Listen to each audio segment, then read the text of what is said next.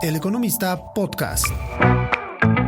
Hola, bienvenidos y bienvenidas a Economía sin Monotonía, un podcast de El Economista en donde hablaremos de temas que nos ocupan y nos preocupan. Del otro lado de la línea, encantado de estar con ustedes.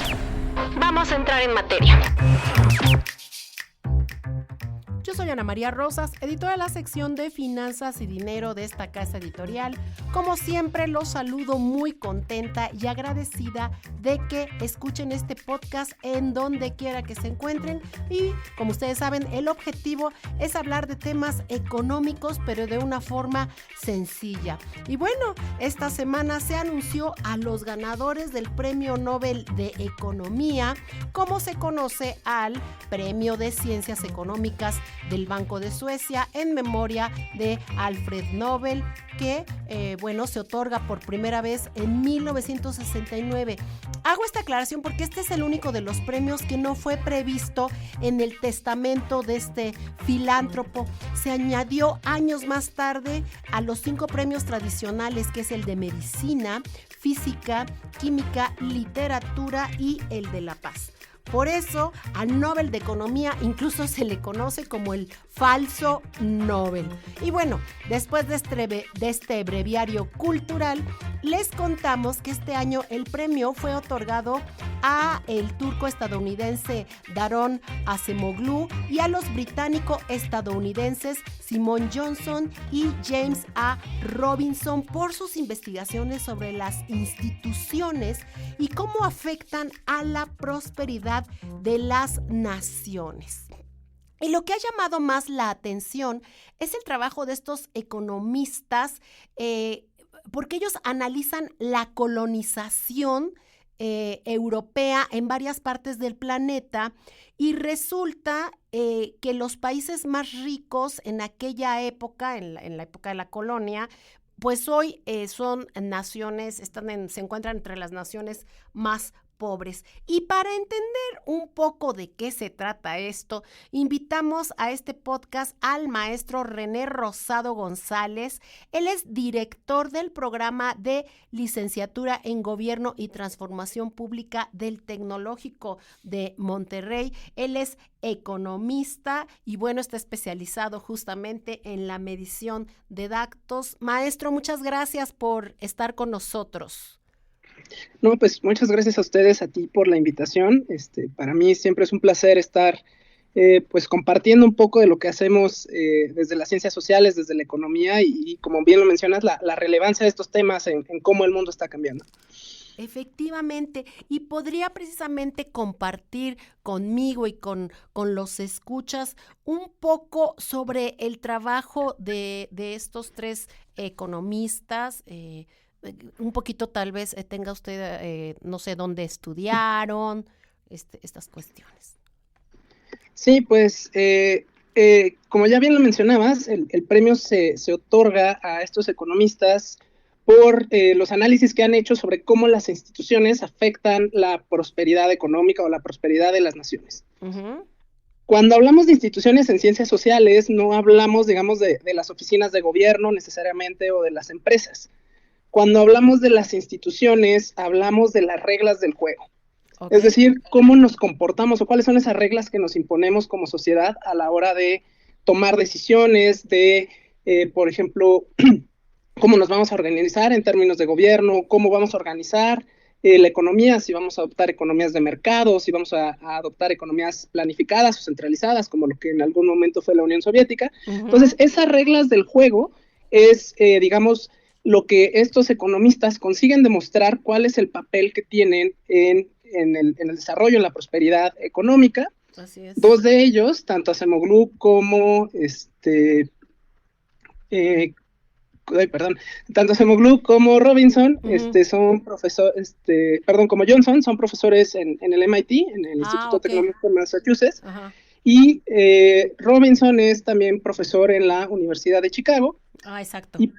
Y como dices, ¿no? Para ponerlo en términos que podamos entender, seguramente todos y todas en casa han jugado en algún momento algún juego de mesa con sus amigos, con sus familiares, y a pesar de que en la caja vienen muy bien redactadas las instrucciones, son instrucciones que la mayoría de las veces no leemos, ¿no? Entonces, por ahí hay un juego de cartas muy, muy popular que se dice que acaba amistades, Sí. que tuvo que salir la compañía a decir, oigan, es que el juego no se juega así, y toda la gente respondió diciendo, es que quien creó el juego no sabe cómo jugarlo. Entonces, Pero así es como lo dependiendo, jugamos. Sí, sí, así sí. es. Y entonces, dependiendo de las reglas que adoptamos, el giro del juego da vueltas completamente drásticas, ¿no? Por ahí hay una estadística que dice que si en la primer en la primer tirada o en la primera vuelta de este juego de turista, de monopolio, dependiendo de su preferencia, si bloqueamos que la primera vuelta no podamos comprar propiedades, la persona que haya tirado primero los dados tiene una mayor probabilidad de ganar. Así es. Entonces, esto es para aterrizarlo, para que veamos cómo estas reglas del juego, cómo estas reglas que nos imponemos como sociedad pueden afectar la capacidad que tiene una persona de adquirir riqueza o de generar riqueza. Y bueno, eso pasa, digamos, a nivel global con las distintas naciones. Y lo que estos economistas logran demostrar, no solo de una manera teórica de análisis muy riguroso, que ya lo mencionas muy bien, usando como caso base las colonias europeas, también lo logran hacer a partir del análisis empírico y de los datos con algo que se llaman cuasi experimentos o experimentos naturales. Entonces, quienes nos están escuchando, seguramente cuando escuchan la palabra experimento, pues pensamos en un laboratorio, pensamos en los ratones, en estos experimentos muy controlados que tienen las ciencias naturales, pero que pues en la economía, en la política, en las ciencias sociales no podemos necesariamente hacer con ese grado de control. Entonces, pues nos volcamos a nuestro laboratorio, que es la sociedad, volteamos a ver la historia y vemos qué es lo que ocurre. Y como bien lo mencionabas, sale esta inquietud. ¿Por qué las sociedades, las comunidades que antes eran muy prósperas después de la colonia, hoy son de las sociedades más pobres, ¿no? ¿Qué es lo que ocurrió? ¿Por qué hay casos tan diferenciados a pesar de compartir, digamos, un espacio, una región bastante parecida? Entonces, ¿qué es lo que estas personas hacen? A mí me gustaría que en casa todo el mundo visualizara su ciudad mexicana favorita, que vayan al centro de esa ciudad, y muy probablemente vayan a ver pues un centro, seguramente con un parque, con un zócalo, donde pues estará el Palacio de Gobierno. Con un kiosco, ahora, kiosco en el caso de México, ¿no? Todos tienen así kiosquito. es. Con kiosquito, habrá un templo, muy probablemente una iglesia, o una capilla. Un hotel. Y un hotel, así es un lugar donde quedarnos, hay restaurantes, hay lugares donde nos vamos asentando como comunidad, y entonces vemos que empiezan a llegar estos órganos coloniales, tanto la parte de la religión como las mismas colonias europeas. En el caso de México, pues sabemos que fue el Reino de España. Exacto. Y podemos ver como siempre este mismo patrón, ¿no? Llegaron, se asentaron, generaron o se fueron mezclando las culturas y se fueron dando nuevas interacciones, nuevos mercados, nos empezamos a globalizar o continuamos, mejor dicho, la globalización. Entonces, a este tipo de escenarios es lo que estos autores llaman las instituciones inclusivas. Es decir, vino la colonia y nos incluyeron dentro de lo que se conoce como la economía europea sí. Es decir, ya dentro de esta economía global que existía en Europa a través de las colonias, nos sumamos a ese mercado global desde estas instituciones que empezaron a incluir estas regiones, a desarrollar estas regiones. Pero ahora pensemos que hay lugares en México donde no encontramos estos centros, a pesar de que haya ciudades, a pesar de que haya poblados, pues no siempre encontramos esta misma imagen, y muy probablemente encontremos también situaciones de desigualdad, de pobreza, y digamos, oye, pues no estamos hablando del mismo México, no fue colonizado, digamos, igual.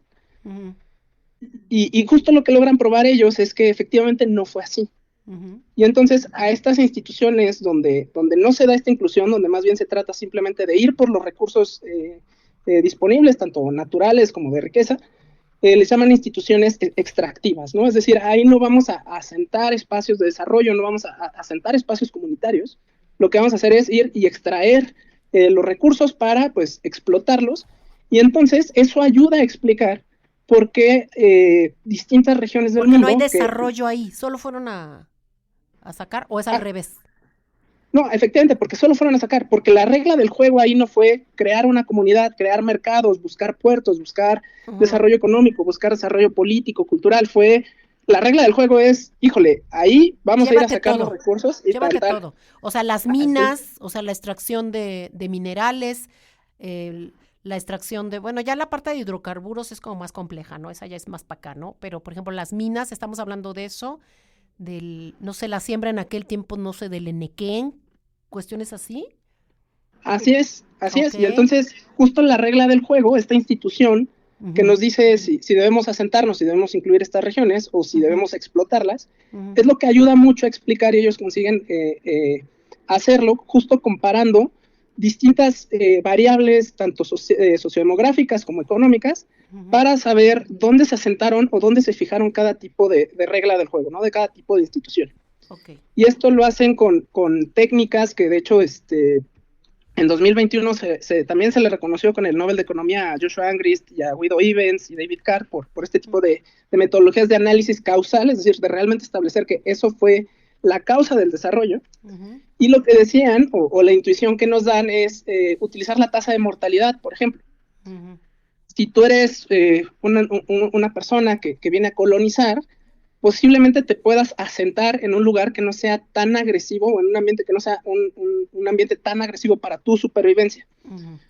Dígase en términos del entorno, de qué tan fácil es sobrevivir en ese entorno, la disponibilidad de recursos, pero también cuánta resistencia hay de las comunidades, de las naciones que ya estaban asentadas en esos lugares, ¿no? Si era una situación de estar guerrereando, de estar batallando, de las continuas batallas que hubo hasta lograr la conquista, pues posiblemente veríamos que las comunidades donde hubo mayor resistencia, de hecho, es donde menos hubo estas instituciones inclusivas y se utilizó más esta parte extractiva, la parte del esclavismo de la colonia.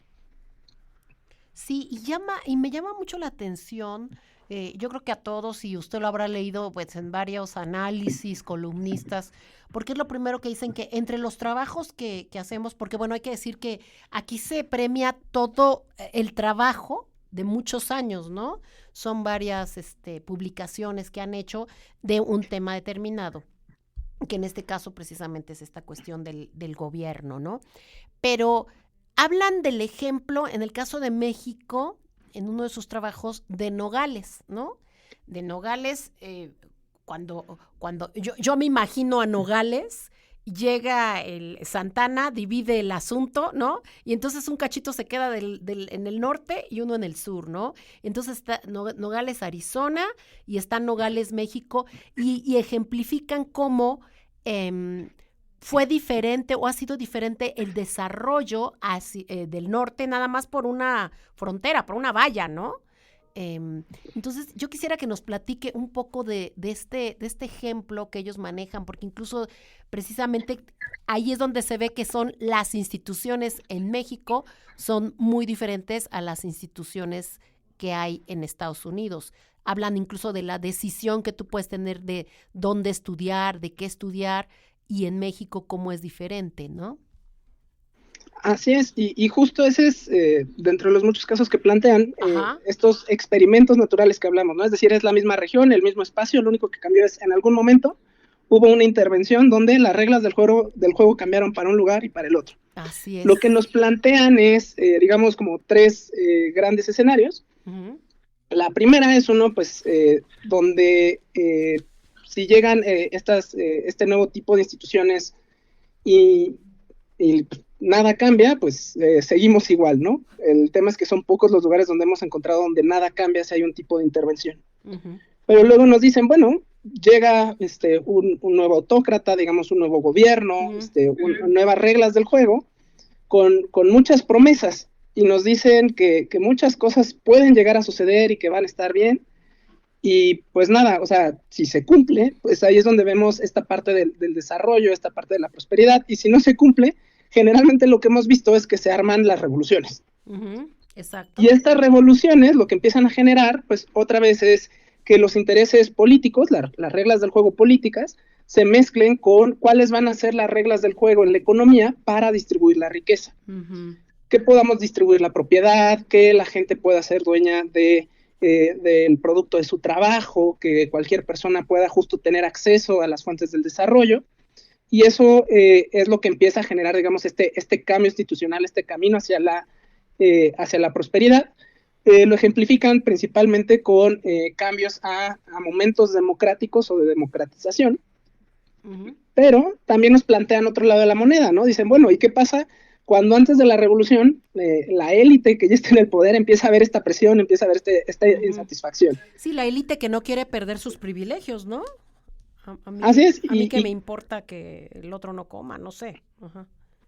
Y lo que empezamos a ver ahí es que, pues, cuando se empiezan a armar las revoluciones, una élite, digamos, visionaria, entre comillas, lo que haría sería empezar a ceder el poder, ¿no? Empezar a transitar hacia las democracias, ¿no? Que ayuda mucho a entender el por qué pasamos de imperios o monarquías a sistemas democráticos, y es por esta situación donde poco a poco estas élites empiezan a ceder el poder, digamos, político para evitar las grandes revoluciones, pero que también se empiezan a sentar estas reglas del juego, más económicas.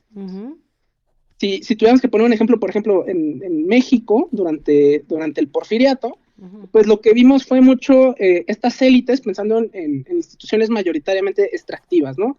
Élites pequeñas, bastante cerradas, las famosísimos terratenientes, empresarios, empresarias, pues digamos, se adueñaron o se les dio esta parte del latifundio, el control político y económico de ciertos territorios, y que pues obviamente esto incrementaba las desigualdades, obviamente pues esta parte de la privatización, las grandes haciendas, pues va generando estas insatisfacciones que pues nos llevan a la Revolución Mexicana. Y gracias a esta Revolución Mexicana es que se genera este México democrático contemporáneo del que hablamos, ¿no? Es cuando se asienta la Constitución de 1917, que es la que tenemos hoy en día, y que en gran medida también nos ayuda a ver cómo esta garantía de los derechos sociales, económicos y políticos de la ciudadanía, pues empiezan a generar la prosperidad que vemos hoy, y digo, prácticamente o poco más de 100 años después, ¿no? También es importante saber que estos cambios, uno, no se dan de la noche a la mañana, y dos, que el ver sus efectos, de hecho, lleva tiempo. En el corto plazo, a veces, cuando hay estas instituciones extractivas o más autoritarias, pues dan la impresión de que hay crecimiento, ¿no? ¿Por qué? Porque pues justo se empiezan a impulsar industrias, pero pues en el largo plazo, cuando este bienestar no es compartido, cuando este bienestar no se distribuye, pues esas desigualdades nos llevan a estos escenarios de las revoluciones. Y ese es el segundo escenario. ¿Y el tercero? Me decía usted que hay tres grandes escenarios. Sí, el tercero es, digamos, donde nada pasa, ¿no? Es lo que a veces en medicina le llaman el grupo de control. Donde digamos que a una persona tenemos un nuevo bicho, un nuevo virus por ahí, pues vamos a tener un grupo que no va a ser, que le vamos a dar, digamos, una suerte de placebo, que nada va a cambiar en él, no va a tener ningún tipo de intervención, y vamos a vacunar a los otros dos grupos, uno con esta parte de la revolución y otra parte con la cesión del poder.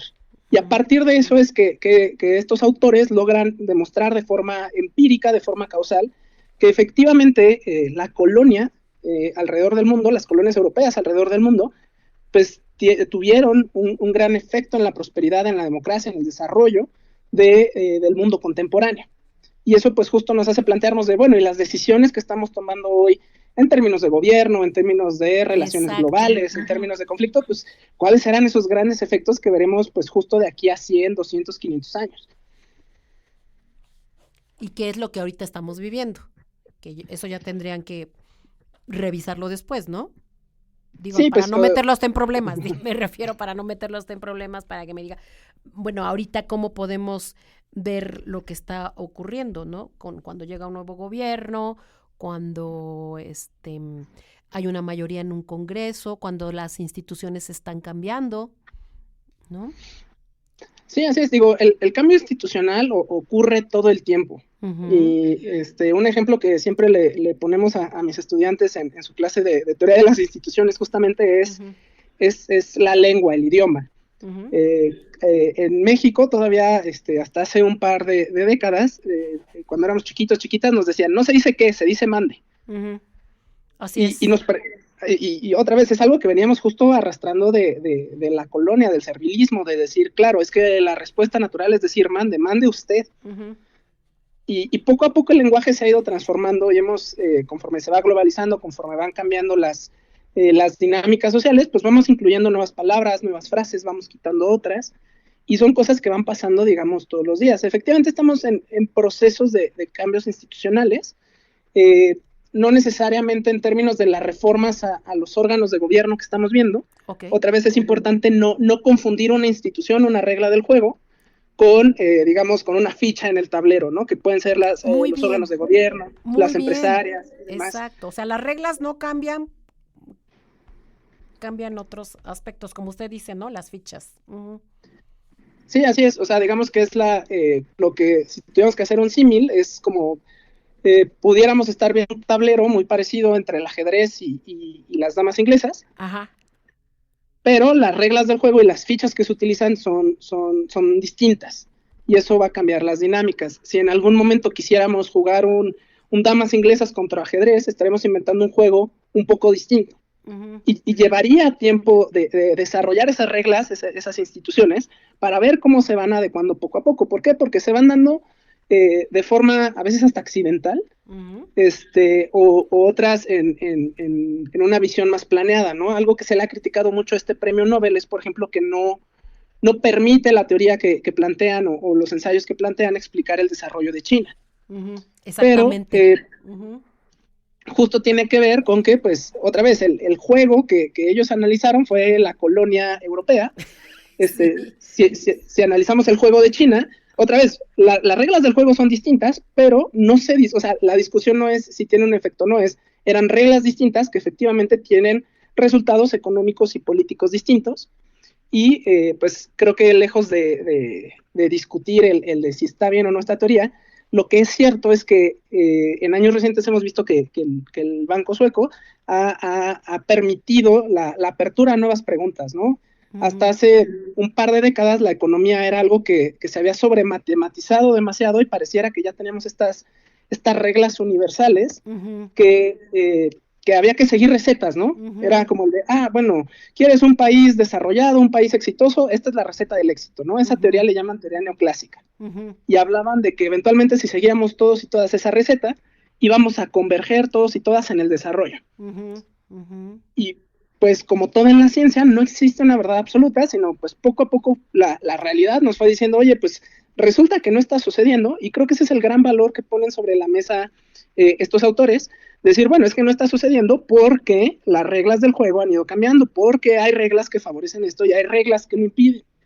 Y en ese sentido, pues sí, es también entender que hay una complejidad más grande, ¿no? Siempre le digo a mis estudiantes que la teoría o los modelos políticos y económicos que utilizamos en la economía política, que utilizamos en la teoría de las instituciones, pues son una versión muy simplificada y abstracta de la realidad. Así es. Pero, pues justo hay que también ver la parte cultural que se ha debatido antes, ¿no? La parte, justo donde tenemos esta ventaja comparativa cuando hablamos de economía internacional, ¿no? ¿Qué es lo que sí podemos hacer? ¿Qué es lo que no podemos producir? Y también el tipo de reglas y el tipo de decisiones que se toman en términos de cómo adoptamos la innovación, cómo adoptamos las ideas. Ahorita, por ejemplo, estamos viviendo la era del nearshoring, es decir, la relocalización de muchas industrias. Eso es lo que le iba yo a comentar, exacto. Sí, sí. Entonces, la regla del juego es bien sencilla. Podemos replicar el proceso de maquila, donde, digamos que pudiéramos hablar de que el proceso de maquila puede ser una industria extractiva de mano de obra, porque no hay una transferencia de conocimiento, uh-huh. O podemos adoptar lo que en su momento hizo Corea, lo que en su momento hicieron los grandes tigres asiáticos, uh-huh. Decir, bueno, se asientan estas nuevas uh-huh. industrias, se asientan estas... y yo aprendo. Y yo aprendo. La regla del juego va a ser aprender, va a ser transformar, va a ser poner valor agregado a esto, uh-huh. Para que generemos industrias complementarias, para que podamos hacer otro tipo de cadenas de valor, otro tipo de innovaciones. Sí, no, la verdad es que este es un tema fascinante. Yo me lo imagino a usted dando clases, maestro, y de verdad, yo creo que nuestros escuchas se van a llevar un muy buen sabor de boca. Yo quisiera quedarme aquí toda la mañana conversando con usted, pero creo que fue muy puntual en explicarnos cuál es este trabajo y cómo lo podemos traer hacia lo que estamos haciendo actualmente, hacia lo que estamos viviendo. Así es la historia, ¿no? Somos protagonistas de la historia, ¿no? Estamos aquí y bueno, la parte económica pues es fundamental, es muy importante. y nos lo ha dicho de verdad con una claridad, esto del juego de Monopoly, no me importa hacer el anuncio o el que sea, aparte hay para todos, ¿no? Por ejemplo, yo juego con mi hija uno con unas muñequitas, ¿no? Con unas muñequitas porque hay para todos, ¿no? Y hay de Disney y hay de varios, ¿no? Entonces, le agradezco su tiempo. No sé si tenga algo más con que quiera cerrar su participación en este podcast. Pues, primero que nada, agradecer la invitación. Nuevamente, creo que, y aplaudir el esfuerzo de aterrizar estos conceptos que a veces cuando hablamos de ciencia los sentimos muy lejos, y la divulgación me parece fundamental. Les comentaba que yo soy fiel oyente de este podcast. Muchas gracias. Pues, en ese canon, si alguien quisiera leer un poquito más de qué han hecho estos autores, yo les recomendaría, pues, el libro emblemático que ya salió hace poco más de 12 años de Acemoglu, que es el de ¿Por qué fallan las naciones? Exacto. Y si quieren leer uno más contemporáneo, que también es de los mismos autores, se llama Poder y Progreso. Son bastante sencillos de leer, están hechos para divulgación, no abusan de ningún concepto, digamos, técnico o sobre científico, al contrario, son, creo que algo que es muy agradable de leer y que justo nos pone a pensar que si bien existen estas reglas del juego, ¿cuál es nuestro papel como ciudadanos y ciudadanas para cambiar esas reglas del juego si es que no nos parecen, o para inventar unas nuevas? Porque justo eso se tratan las instituciones democráticas que promueven el desarrollo, ¿no? Entonces, en ese sentido, pues es lo que yo pondría sobre la mesa. Ay, maestro, de verdad, nuevamente muchas gracias por su tiempo, por haberse distraído un poco de su cátedra y venir con nosotros. Estamos muy contentos. Muchísimas gracias nuevamente. Y bueno, yo me despido de ustedes, no sin invitarlos, como siempre, a que se suscriban a la edición impresa del Economista. Y ahí justamente van a poder ver ustedes, pues, quiénes se han ganado este premio. Simplemente hace un año, pues, hubo un premio que se llevó la economista Claudia Goldin. Ella ganó el premio por su trabajo que destaca las causas de la desigualdad salarial y en el mercado laboral entre hombres y mujeres, y también hicimos un podcast al respecto y justamente tuvimos aquí a alguien del TEC de Monterrey. Búsquelo, le va a gustar. Muchísimas gracias por haber estado con nosotros y también los invitamos a que escuchen esta oferta de podcast que cada vez es más amplia en todas las plataformas que ustedes ya conocen. Yo soy Ana María Rosas. Hasta la próxima.